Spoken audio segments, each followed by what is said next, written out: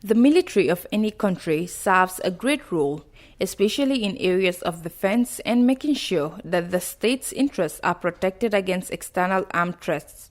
In order to ensure this, the Ministry of Defense today inaugurated the nation's first ever National Defense Policy Drafting Committee at the Sarada Kairaba Jawara Conference Center in Bijilo. The defense policy will be the most important document that will guide the ministry in its mandate to effectively function as an oversight body to the Gambia Armed Forces, ensure full civilian control over the armed forces as enshrined in the security sector reform recommendations. Today marks an important milestone in organizing our security sector reforms undertaken by the government and supported by our strategic partners, most especially the United Kingdom's government.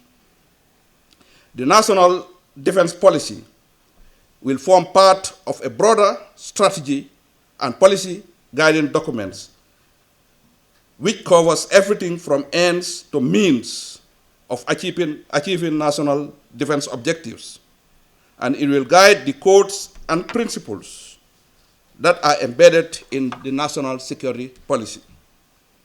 It is a public policy document, and many facets of its security will inform the military policies, the defense, and other elements of national security. The main sponsors of this project is the British government, and representing them was the British High Commissioner, who reaffirmed his government's commitment in supporting the Gambia during this process. I am pleased to see a new and invigorated relationship between the Gambian security sector and the UK, especially between our military personnel. In fact, members of our British Peace Support Training Team will be arriving in the Gambia tomorrow to work with the Gambian Armed Forces on the skills required for peacekeeping operations.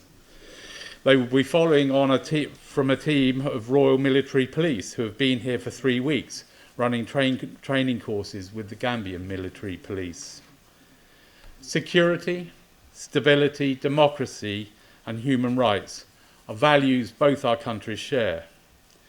It is in all our interests to tackle the causes of instability, fragility and conflict, and to respond rapidly to prevent them, or to deal with the instability and conflict that does emerge.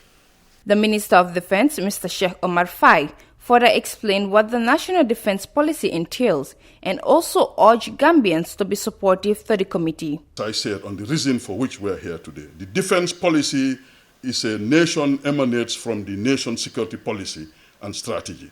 It encompasses defense planning and management, down to actual command and control. Let me therefore seize this opportunity to address the vexed issue of right-sizing, which seems to have given security sector reform a bad image in the Gambia.